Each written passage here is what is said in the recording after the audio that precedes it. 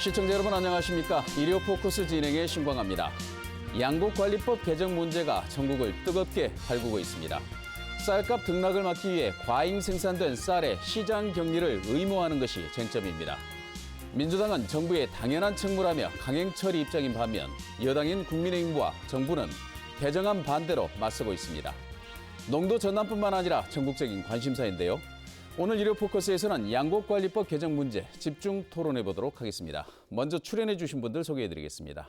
신정훈 국회의원 나오셨습니다. 네, 안녕하십니까? 네, 민주당 전남도당 위원장을 맡고 계십니다. 김하진 국민의힘 전남도당 위원장 나오셨습니다. 네, 고흥보성 장흥강진이 지역구인 도당위원장 김화진입니다. 네, 어서 오십시오. 예, 지금 뜨거운 감자입니다. 논란의 양곡관리법 개정 이 부분 둘러싼 양당의 입장을 한번 먼저 들어보고 본격적으로 토론 진행해 보도록 하겠습니다. 먼저 이제 추진하겠다라고 주장하고 계시는 이제 민주당에서 어떤 입장에서 지금 추진을 할 계획이십니까? 지금 농촌에 사는 많은 사람들, 특히 이제 농민들 중에 거의 절반 가까이가 쌀 농사를 짓고 있는데요. 쌀 농사는 국민들의 입장에서 보면 꼭 필요한 필수제잖아요. 네. 그런데 이 쌀 농사를 짓는 농민들에게는 매년 쌀값이 등락하는 폭락하는 이런 문제가 계속되고 있어서 이 문제를 해결하고자 하는 것이 우리 민주당의 기본 입장입니다. 쌀 수급의 균형을 이뤄 가지고 또 쌀값의 안정을 통해서 농민들의 소득을 보장하겠다 하는 것이 우리 민주당의 기본적인 입장이고 이런 안들을 양곡관리법에 담았다 이렇게 말씀드릴 수 있을 것 같습니다. 알겠습니다. 양곡관리법의 내용이라든가 이제 배경 그건 차차 토론 과정에서 풀어보기로 하고요. 국민의힘과 정부 여당에서는 좀 반대 입장입니다. 예, 왜 반대를 하시나요? 지금 우리 정부뿐만이 아니라 역대 정부 18년 동안 쌀 문제는 굉장히 국민들을 위해서 큰 것이고 또 56만의 이 농가들을 위해서도 반드시 해결해야 될 문제이기 때문에 어떻게 하면은 그 원시적인 1차 쌀 농사에서 현대화된 쌀 농업으로 갈 것인가 또 청년이 돌아오는 농업을 할 것인가 하면서 18년 동안 연구해 온 것이 2021년부터 가시화되어 가지고 특히 우리 윤석열 정부에 들어서면서는 이제는 획기적인 대책을 내세워야 되겠다. 그래서 기존의 쌀보다는 대체 작물 위주로 가면서 쌀과 병행해 가는 그러한 농사법이 청년이 돌아오고 스마트 농업이 된다 해서 우리는 현재 민주당이 주장하고 있는 양곡관리법은 반드시 폐지돼야 된다라는 입장으로 강하게 맞서고 있습니다. 예. 그렇다면 아까 조금 전에 그 필요성을 강조해 주셨습니다만은 지금 전체적으로 보면은 양곡관리법 제16조에 있는 그 규정, 문구 이 부분이거든요. 그러니까 결국은 보면 할 수 있다. 임의 규정에서 강행 규정 해야 한다. 이 문구 하나인데 어떤 차이가 있습니까? 거기에 나타나는 필요성은 어떻게 지금 설명하실 계획이십니까? 우선 국민들께서 이해하듯이 쌀은 365일 5천만 국민이 하루도 없으면 안 되는 생활 필수품이면서 그 국가적으로는 안보제라고 볼 수 있습니다. 그래서 이것은 농민들이 생산하지만 반드시 이 안정적인 그 생산이 필요한데요. 문제는 매년 과잉되는 쌀 때문에 쌀 가격이 그 등락을 거듭하는데 그 정도가 좀 심합니다. 제가 지금 가지고 있는 이 자료가 이 자료가 막대 그래프가 쌀값의 그 매년 쌀값의 이 수준을 말씀드린 건데 해년마다 이 널뛰기를 하고 있습니다. 사실 이 쌀이라고 하는 것은 농업인들에게는 어찌 보면 기본적인 월급 개념이 좀 있는데요. 어떤 상품이라도 매년 이렇게 등락이 반복되는 이런 상품을 가지고 있는 그런 농민들은 그렇게 많지 않습니다. 그러니까 결국은 이렇게 널뛰기 하는 쌀값을 안정적으로 관리해야 될 책임이 정부에 있다.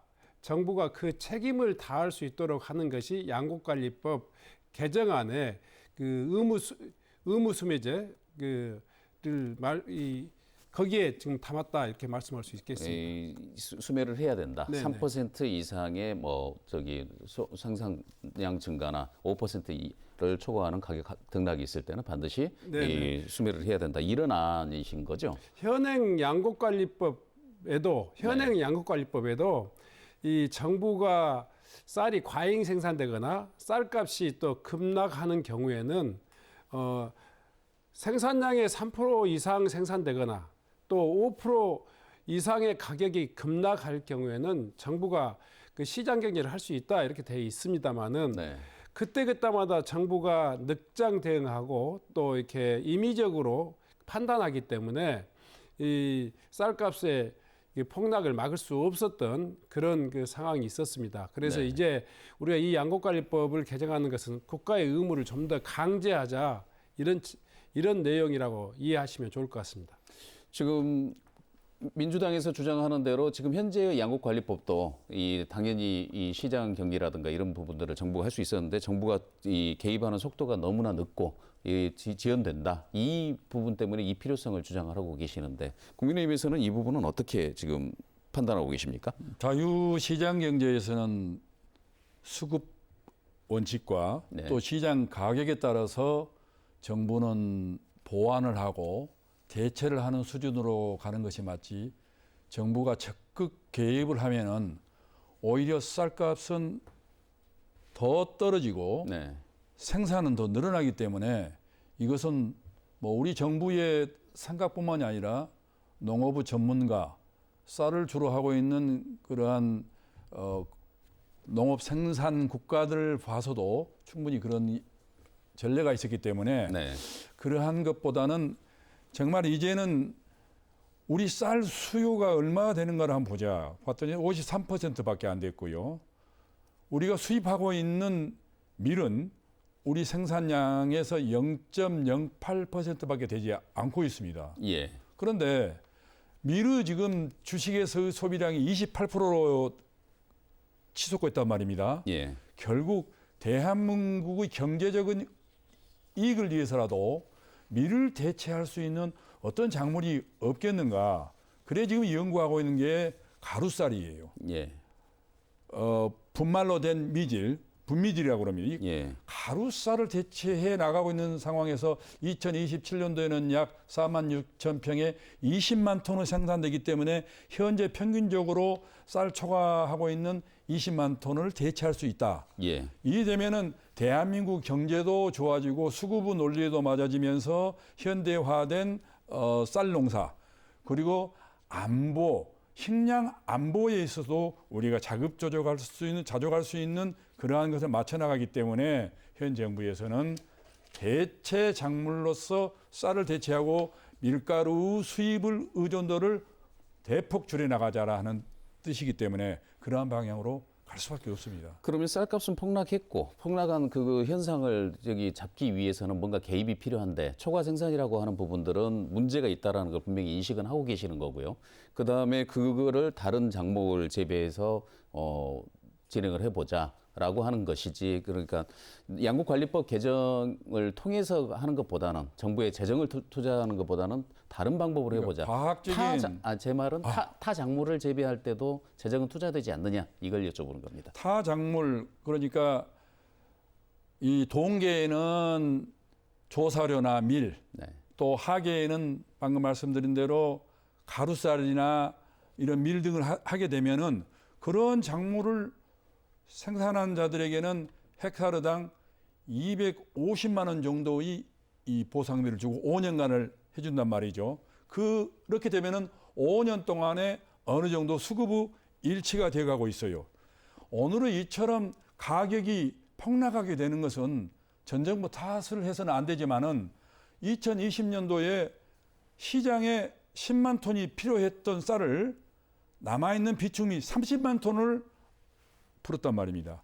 그래서 20만 톤이 추가됐기 때문에 계속 되어 있습니다. 그러나 이제부터라도 수급의 논리, 예측된 자료를 가지고 시작하고 또 대체할 수 있는 대체 작물로서 이를 보완해 간다라면은 충분히 안정적인 쌀값도 될 뿐더러 우리의 농산업에 획기적인 변화가 올 것이다. 그래서 지금 민주당이 주장하고 있는 것은 좀 성급한 것이다라고 얘기를 할 수 있겠습니다. 현재 양곡관리법 이 방식으로 개정하면 쌀값 안정에는 도움이 되지 않을 것 같다. 그렇습니다. 말씀이십니다. 예.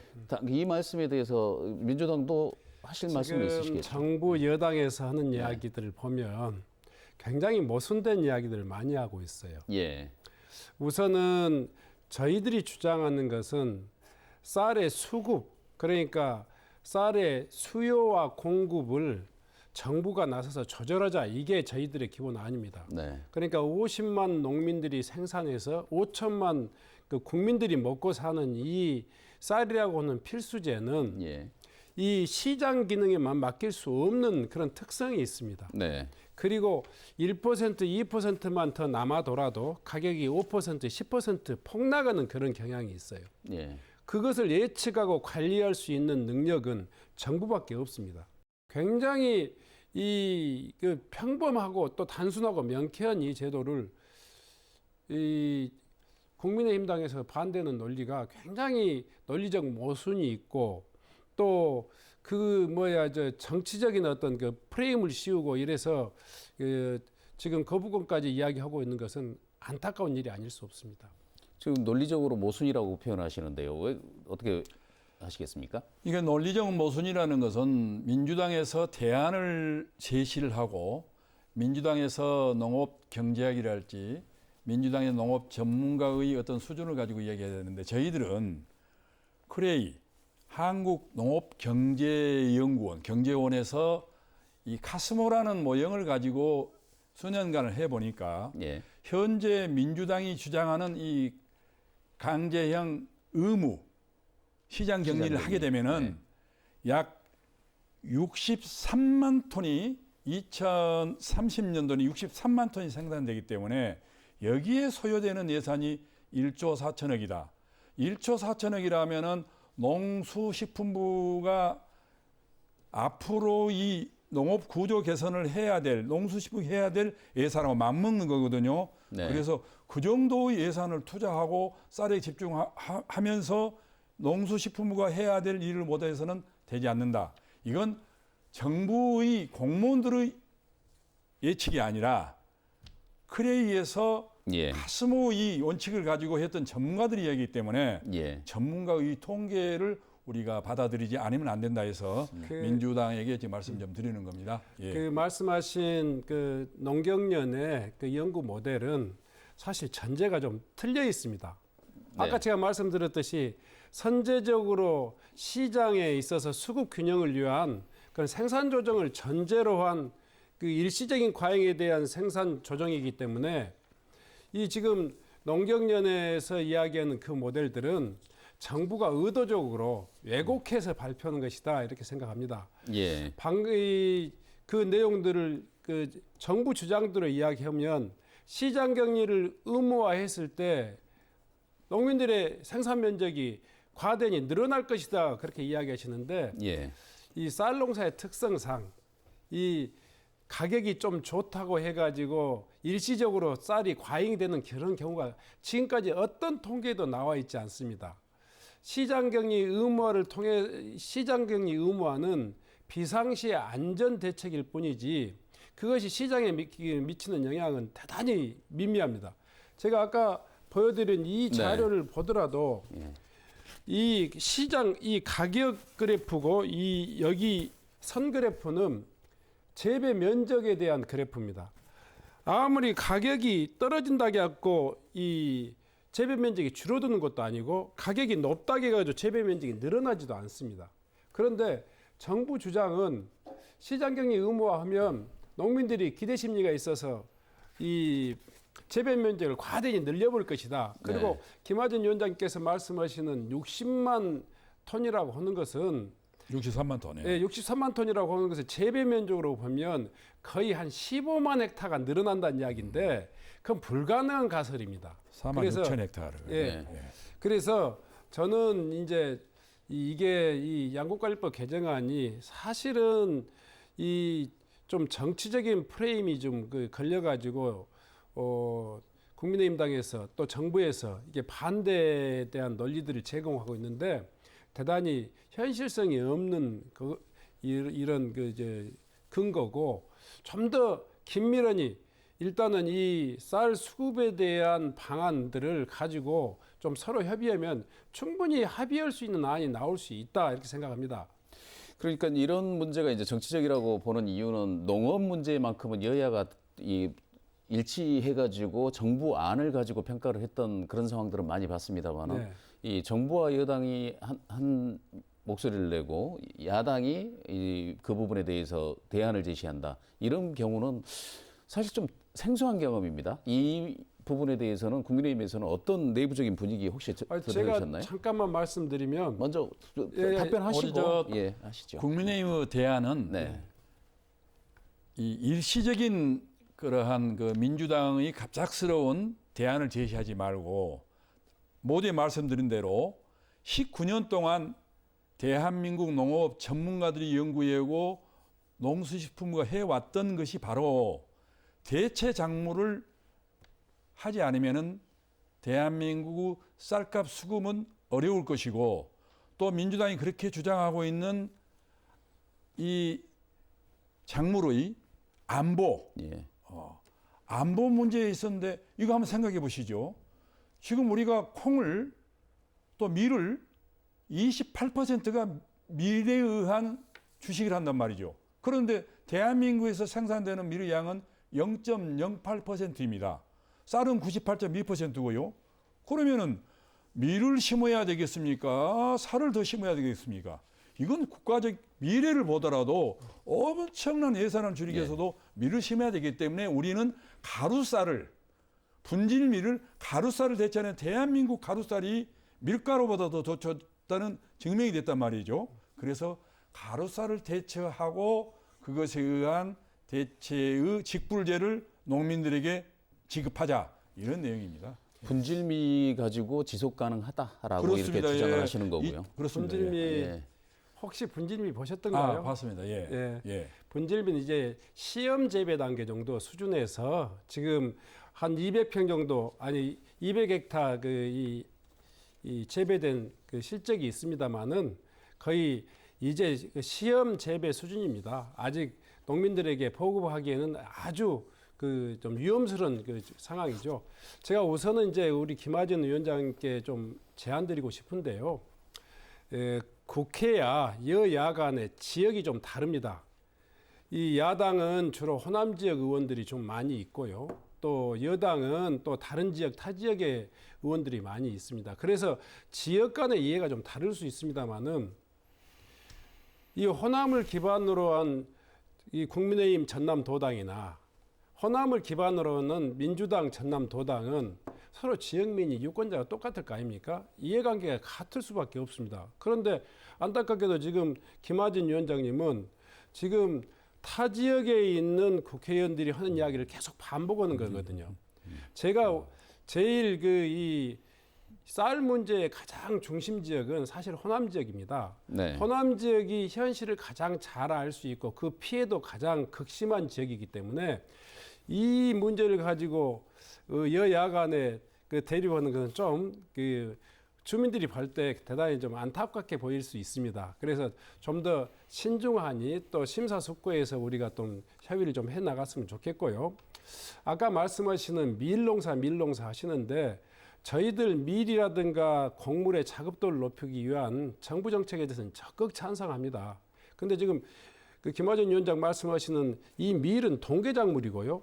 쌀은 하계작물입니다. 서로 간에 이게 부딪히지가 않습니다. 쌀 격려하고 밀 잘 또 이렇게 장려해 나가는 것은 우리 민주당과 충돌하지 않습니다.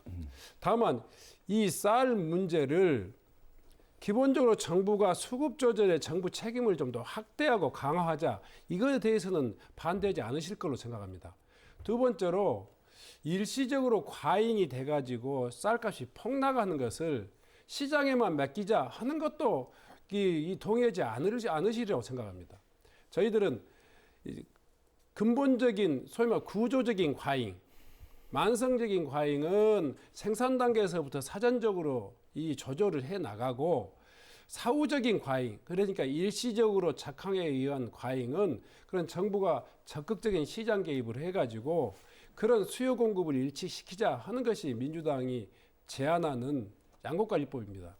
전혀 이상할 수도 없고 논리적으로 반박할 근거가 없는 이 양국관리법을 왜 그렇게 이 정부에서는 소위 말해서 이 전문가들의 왜곡된 그 연구 결과까지를 가지고 이렇게 반박하는지 안타까운 예. 좀 많이 있습니다. 아까 조금 전에 말씀하셨던 그 자유시장 경제 논리, 그다음에 여기서는 이제 헌법에서 우리 이 헌법이 이제 123조에서 그렇게 규정을 하고 있지 않습니까? 국가가 농산물 수급 경영과 가격 안정을 도모해야 한다. 거기에 따라서 이제 양국관리법이 1950년부터 이렇게 만들어져서 운영이 되고 있는데 사실 보면 이게 지금 논란이 된 게 지금까지 쌀값이 떨어졌다 해도 최근에만큼 떨어진 적은 없었다. 단군 이래 최대치로 떨어졌다라고. 네. 그리고 국가가 이걸 컨트롤하기에 상당히 부담감을 느끼는 그런 수준까지 왔다. 네네. 하는 그 부분 때문에 이제 시작이 된 건데 이걸 이래서 이제 정부 입장에서 그 한정된 재원을 투입을 하다 보니까 이걸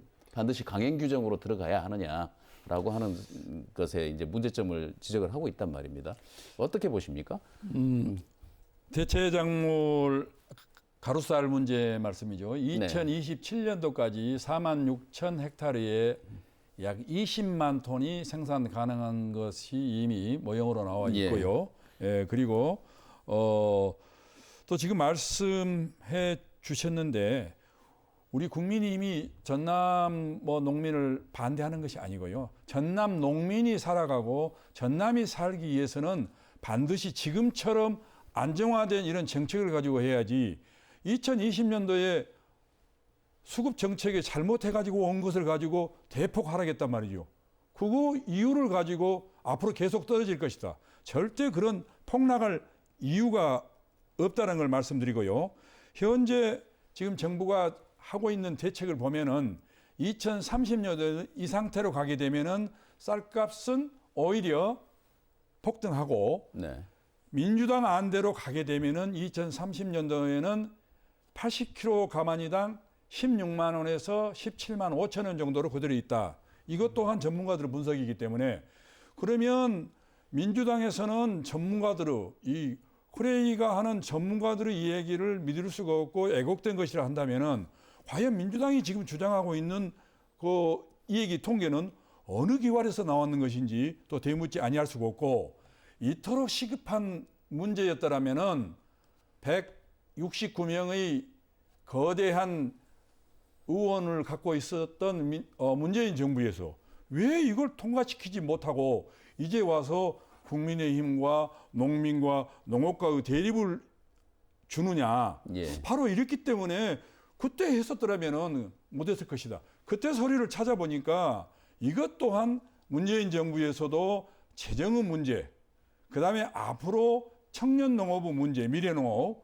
그리고 또 다가와야 될 대체 작물의 문제, 이것 등으로 못했더라고요. 그래서 다시 한번 우리가 검토를 하고 지금처럼 급하게 나가지 말고 한 번 더 논의를 해서 정말 좋은 대안이 있는 가 없는가를 하면서 가는 것이지 이번에 23일처럼 또 그냥 지금 해왔던 것처럼 169석으로 밀어붙이면 국민의힘은 당할 수가 없죠. 그렇기 때문에 대통령께서는 거부권을 행사할 수밖에 없다. 거부권을 행사할 수밖에 없다. 김하진 위원장께서 네. 현장의 농민들하고 좀 이야기 좀 해보셨는지 모르겠어요. 많이 해봅니다. 근데 이 현장의 농민들이 쌀값의 이 폭락 현실들을 정부가 이 손 놓고 있는 것을 바랍니까? 아니면 정부가 적극적으로 해결해 주길 바랍니까? 적극적으로 해결해야죠. 네. 그렇죠. 예. 지금 김하진 위원장께서 말씀하시는 문재인 정부 때의 이야기를 하시는데 박근혜 정부 말기 그러니까 16년도에 쌀 가격이 무려 12만 8천 원까지 떨어졌었습니다. 문재인 정부가 이 떨어진 쌀값을 올리기 위해서 적극적으로 노력해가지고 19만 원에서 21만 원까지 쌀값이 정상화되었습니다. 저희가 이 문재인 정부 말기에 소위 말해서 쌀 수급 조절에 실패했다고 하는 것에 대해서는 저희들도 지적을 겸허히 받습니다만은 문재인 정부 5년 동안 가장 쌀값이 좋았습니다. 네. 중요한 것은 정확한 팩트는 문재인 정부 때 평균 20만 원대를 넘어서던 이 쌀값이 윤석열 정부 때 지금 18만 원대로 떨어졌단 말이에요. 그러면 이게 원인이 뭐냐를 정확히 분석해 보면 정부가 늦장 대응했단 말이에요. 늦장 대응한 이 문제를 여야가 된 네 책임이냐 내 책임이냐를 따지지 말고 근본적인 원인이 정책의 어떤 그 이 실패의 결과이기 때문에 이 정책을 제대로 수정하자는 것이 민주당의 양곡관리법입니다. 그것이 지금 지속적으로 이 타작물 이야기, 분질미 이야기 하시는데 분질미 좋아요. 분질미를 통해 가지고 쌀 생산 면적을 좀 더 줄여 나가자 하는 의견에 대해서는 동의합니다만은 올해 분질미 재배 면적이 200헥타예요. 그 내년도에 분질미 그 생산 면적이 계획상으로는 2,000헥타입니다. 2027년까지 4만 헥타까지 늘리겠다고 하는데 신품종이라고 하는 것은 적은 기간이 있습니다. 이렇게 위험하니 밀어붙일 게 아니고 타작물 재배는 타작물 재배대로 확장해 나가자고요. 문제 이 시장격리 의무화라고 하는 것은 그럼에도 불구하고 발생할 수 있는 위험한 상황이 더려울 수 있단 말입니다. 그것이 소위 말해 작황에 의한 과잉 생산이에요. 네. 작황에 의한 과잉 생산의 안정장치가 시장격리 의무화인데 이걸 가지고 그렇게 물고 늘어지면서 안 된다고 할 이유가 없습니다. 오히려 가장 적은 돈으로 가장 최대의 효과를 낼 수 있는 것이 이번 양곡관리법 개정안인데요. 이 문제에 있어서는 그 연구자들이 책상머리에서 하는 것하고 실제로 현장의 농민들의 목소리를 좀 들어보시면 예. 이 양곡관리법이 얼마나 절박한 과제인가를 아마 우리 김하진 위원장님도 많이 들을 수 있으리라고 생각합니다. 민주당이 추천하셨을 때 최대치 네. 그러니까 재정 부담이 들어갈 수 있는 재정이 투입될 수 있는 최대치는 얼마로 추산이 됐습니까? 제가 청와대 농업비서관으로 있을 때가 네. 문재인 정부 초기 이 쌀 수급 정책을 설계하던 단계입니다. 예. 그때 생산 조정에 들어가는 필요한 그 예산은 1,500억에서 한 2,000억 정도였습니다. 네. 문재인 정부 4년 동안 단 한 번도 시장 격리를 하지 않고도 쌀값이 이렇게 정상화됐었습니다. 예. 그러니까 7천억이니 1조 원이 하는 이 시장 격리는 문재인 정부처럼 생산 단계에서부터 철저히 조절하면 그 상황 자체가 오지 않습니다. 예. 그러니까 생산 조정을 전제로 한 시장 격리 의무화는 실제로 극히 일부분 발생하지 않을 상황입니다. 예. 그래서 그 재정적으로도 윤석열 정부가 쌀 시장 격리를 해서 7천억을 썼니 1조 원을 썼니 그러지만 실제로 이 양곡관리법에 의해서 생산 면적을 사전에 조절하면 예. 이 시장 격리를 위한 그런 예산이 낭비되는 일이 없을 것이다. 저는 그렇게 자신합니다. 예, 지금 그 정부의 의지가 밝혀지면은 시장 가격이 안정이 되고 네. 그래서 시장에 그 쌀 시장에서 중요한 시그널을 주게 될 것이다 이런 말씀이신데. 네, 한 가지만 더 보이겠습니다. 예.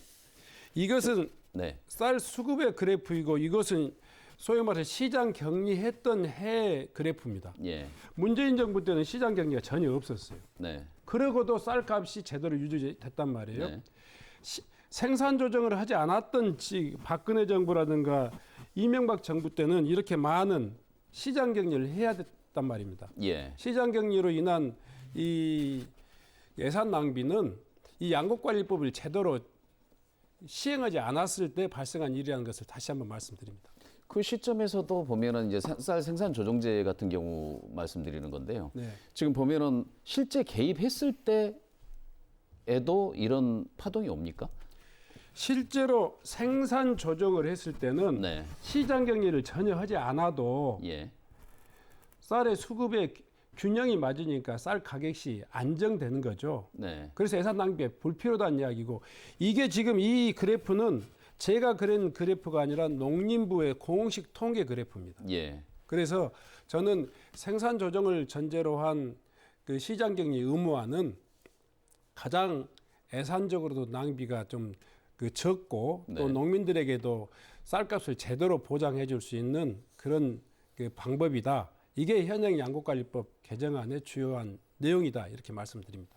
제가 지난해 10월 이후 이렇게 주요 언론 보도들을 쭉 보면서 지금 이 여론 동향을 한번 좀 봤거든요. 그랬더니 농민 단체에서도 농민들도 입장이 좀 갈리는 것 같습니다. 농민 단체 가운데서도 좀 대농이라고 하시는 전업농 협의회라든가 이런 분들은 네. 조금 전에 이제 국민의힘에서 말씀하셨던 그 이른바 하방 경직성을 우려를 하시더라고요. 이 제도가 시행이 되면 쌀값이 그렇지 않습니다. 오르지 않을 수 있는 가능성을 준다라고 하는 지금 건데요. 그 이야기를 네. 오늘 제가 이 저희 도당 그 사무실에서 농민단체 대표들 다 초청해가지고 설명을 하셨군요. 했었습니다. 그런데 전업농 그 또 대표하고 또 한국농업경영인 그 회장하고 다 이렇게 그 간부들이 왔는데 네.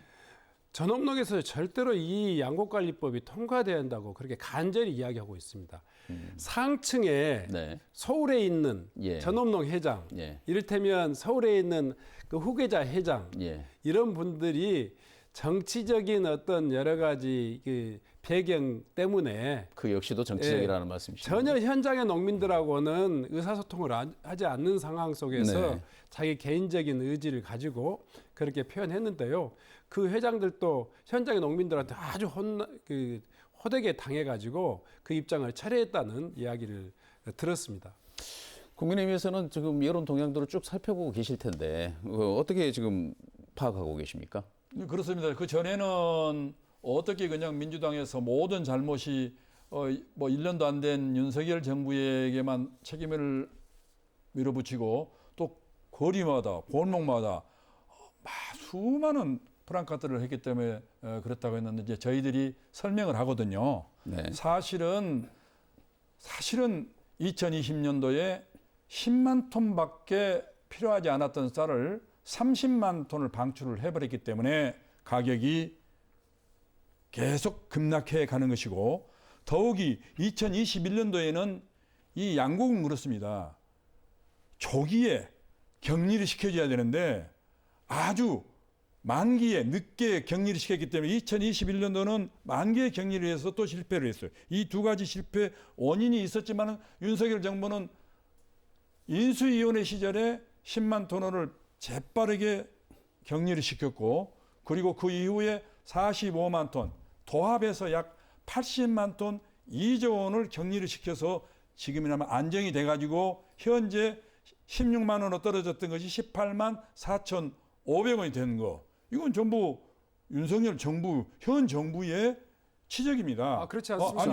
아니요. 그 시기를 정확히 보세요. 시기를 제가 가지고 있어요. 문재인 정부 때 쌀 가격은 21만 원에서 20만 원까지 10,000원 원 정도 떨어졌지만 20만 원대가 유지됐어요.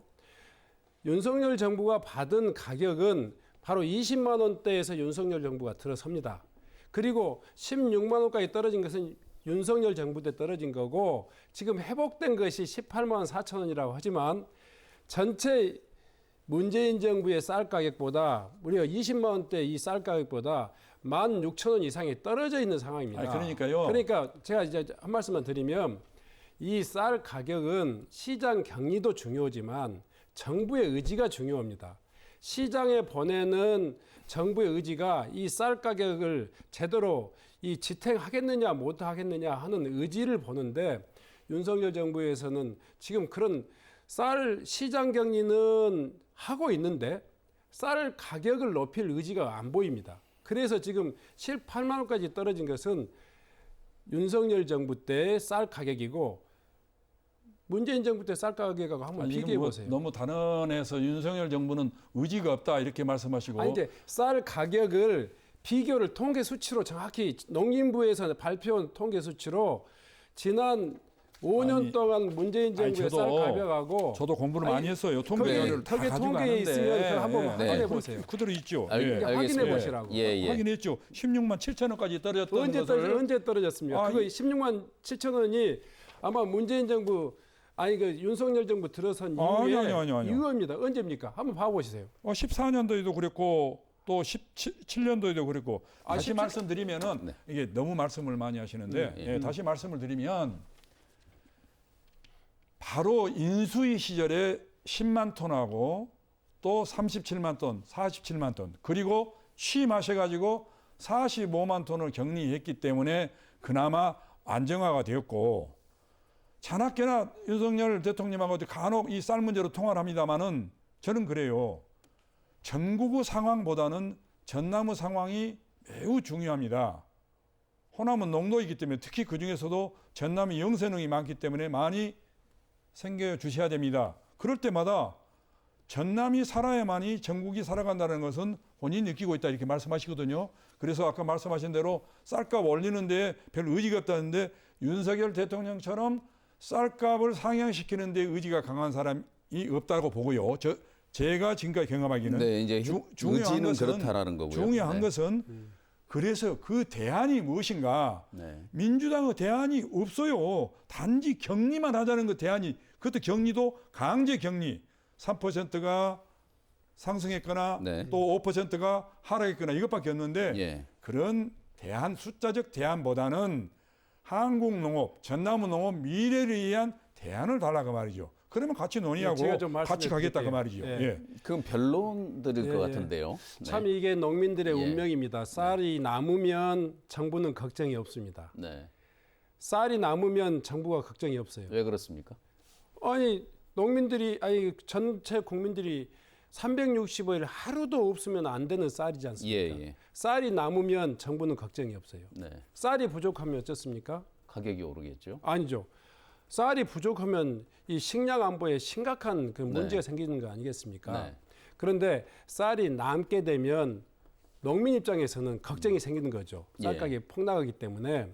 그래서 이 쌀 문제는 소위 말해서 이 농민들이 운명적으로 짊어질 수밖에 없는 문제인데 예를 들어서 농지법에 의해서요. 네. 지금 쌀 농업진흥구역에다가 이 다른 타용도로 이 농지를 이용하면 농지법에 의해서 제재를 받습니다. 그렇습니다. 예. 네. 또 쌀 농사를 짓지 않고 다른 그 타용도로 이용하게 되면 또 이 여러 가지 또 그 벌금도 먹이고 또 이렇게 징계를 받게 되는데요. 네. 이처럼 이 농지라고 하는 것은 쌀 농사를 강제적으로 짓게 하는 그런 의무가 부과되는 그런 그런 의미가 있습니다. 예, 그렇습니다. 예. 그래서 이게 이제 주권적인 문제 때문에라도 이 양곡관리법은 처리가 반드시 돼야 된다. 이렇게 말씀하시는 거지 않습니까? 네네네. 예, 그 주권 문제라고 그러니까 주장하십니다. 주권 문제가 이게 얼마나 모순이냐면요. 네. 대한민국의 쌀은 98.2%가 지금 생산이 되고 있어요. 자급이 되고 있어요. 예. 98.2%가. 그런데 우리 식단에서 28%를 차지하고 있는 밀은 0.08%만이 우리가 지금 생산하고 있단 말입니다. 네. 그러면 식량 안보, 식량의 주권을 위해서는 어느 분야에 해야 되겠습니까? 당연히 남아도는 쌀보다는 수입하는 밀. 그 밀이 안 된다면 대체 작물을 해야 되는데 예. 그러한 대안을 주지 않고 오히려 쌀을 강제로 시장 격리를 하면은 네. 농심은 마음은 더 뿌려야만이 국가가 다 사주니까 의무로 사주니까 예. 태국이 망해버린 것처럼 태국이 완전히 절단나 버렸잖아요. 그 쌀 태국이 망했다라는 것은 지난 2011년도 11년도에 그 얘기를 말씀하시는 2011년도에 거죠. 쌀이 약 1.5배 정도로 사주겠다 하니까 엄청나게 해서 결국 13조의 손실을 보고 그 익락 총리가 구속되는 그러한 문제 등을 보면은 팩트 체크가 좀 필요한 전철을- 부분이긴 예, 한데요. 예, 아니요. 네. 확실합니다. 팩트 필요합니다. 예, 예. 제가 말씀드릴게요. 확실하게 그래서 자, 자 김하준 말씀을 위원장님. 마칠게요 제가 예, 예. 예, 마칠게요. 말씀하십시오. 예. 네. 그래서 이 문제는 지금 급하게 3월 23일 본회의에서 그 야당 독주로 하는 것보다는 아직도 시간이 있기 때문에 국가는 국가 상황이지만은 또 전남 호남의 상황이 있지 않겠습니까? 그래서 좀 더 논의해보고 시간을 두는 것이 좋지 않겠냐. 협의할 시점은 얼마든지 있다. 저는 이렇게 보고 있습니다. 예. 네, 지금 그 해외 사례까지 이제 실패 사례를 네, 말씀하셨습니다. 이게 지금 최근에 언론에 이제 집중 보도가 되면서 네. 어떻게 보면 태국 쿠데타의 원인이 그거 아니었느냐라고 하는 그런 것이어서 제가 조금 전에 더 팩트 체크는 좀 더 필요하다라는 네, 그런 아마- 말씀이었는데요. 네네. 예, 아마 사회자께서도 팩트 체크 해 보셨으면 네. 전혀 다른 내용이라는 걸 아실 겁니다. 뭐 이제 결과나 태국의- 예. 맥락이 그렇다라는 예, 예. 거니까요. 네. 지금 우리가 양곡관리법에 담고자 하는 것은 네. 무제한 수매라든가 무조건 수매를 이야기하지 않습니다. 네. 태국의 사례는 무제한 수매를 했던 거고요. 또 시세보다 훨씬 더 높은 가격을 1.5배. 줬습니다. 지금 우리가 주장하는 양곡관리법에서 지금 그 의무 수매제는 그렇게 무조건 수매를 이야기하지 않습니다. 그러니까 3% 이상 과잉 생산됐을 때, 네. 5% 이상 또 가격이 폭락했을 때를 전제로 해서 예. 초과 생산량의 한정에서 또 그것도 시세로 사들이는 거니까 네. 태국의 사례하고 전혀 다른 거죠. 지금 국민의힘당이 이 양곡관리법을 반대하기 위해서 내세우는 그런 어떤 근거가 전혀 현실하고 좀 다릅니다. 그래서 저는 이 양곡관리법의 문제는 좀 더 국민의힘당이 좀 공부를 좀 하셔야 돼요. 저희들이 지금 양곡관리법을 더 심사숙고하자 그러는데 무려 지금 1년 가까이 양곡관리법을 논쟁하고 있는데 국민의힘당 의원들이 발의한 법안은 단 하나도 없습니다. 지금까지 그 안건조정위원회라든가 법사위에 가서도 국민의힘당은 시간 끌기 일관했었지 한 번도 자신들의 대안을 내놓지 않은 그런 경우를 지금 계속하고 있습니다. 그래서 예. 저희들이 국회의장께서는 가급적이면 대통령이 거부권까지 하겠다고 하는 이 쌀 양곡관리법을 가급적이면 타협해서 이 처리하겠다고 중재안을 제시했지 않습니까? 예. 중재안 저희들이 받았습니다. 네. 그런데도 불구하고 국민의힘당은 또 못 받겠다. 지속적으로 국민의힘당은 자기의 안을 내놓은 것이 아니고 그냥 무대책으로 일관하고 있는데 네. 하루속히 이 문제에 있어서는 그런 그 민주당이 주장하는 진위를 좀 더 잘 파악해가지고 거기에 대해서 좀 협조해 주시기 바랍니다. 지난해 10월 이후에 지난한 과정을 거쳐서 다시 이제 본회의에 상정이 돼 있습니다. 23일 민주당은 이제 처리하겠다라는 그런 입장이 어떻게 그 입장에는 변화가 없으신 거죠? 그렇죠. 네. 지금 국회의장께서 민주당 안을 좀 더 이 절충해가지고 예. 중재안을 내놨었고요. 네. 또 정부에게 그 안들을 통지했는데 정부는 여전히 그 대통령 거부권을 하겠다 이런 식으로 이렇게 밀어붙이고 있는데요. 정작 그 대책이 없는 것은 정부 여당이라고 생각하고 있습니다. 그런데 한 가지 이제 그 농민들 입장에서 한번 질문을 드려보면 네. 대통령이 거부권을 행사하겠다고 선언을 해둔 상황에서 네. 23일 날 통과되면 그 효과가 없지 않습니까? 어떻습니까? 저희들의 원안보다도 약간 수정안을 지금 발의해가지고 네. 정부에게 지금 이 안에 대한 예. 이 협조를 지금 요구하고 있는 상황입니다. 결국은 이제 타협안 외에는 없다라는 말씀이신 거네요. 물론 저희들은 지금 현행 이제 양곡관리법에 예. 담겨져 있는 안들을 이 조금 더 임의적인 조항을 강제적인 조항으로 바꾼 그런 상황이기 때문에 이 문제가 사회적으로 파장이 이를 수가 없습니다. 그리고 이 쌀값 문제를 해결하는 데 있어서 최소한의 조치다 이것도 예. 저는 이렇게 생각하고 있습니다.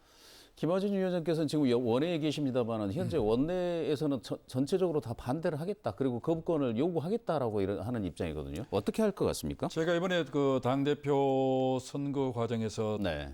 우리 국민의힘 국회의원님들 수많은 사람들하고 이 관계를 많이 이야기를 해봤습니다. 네. 예.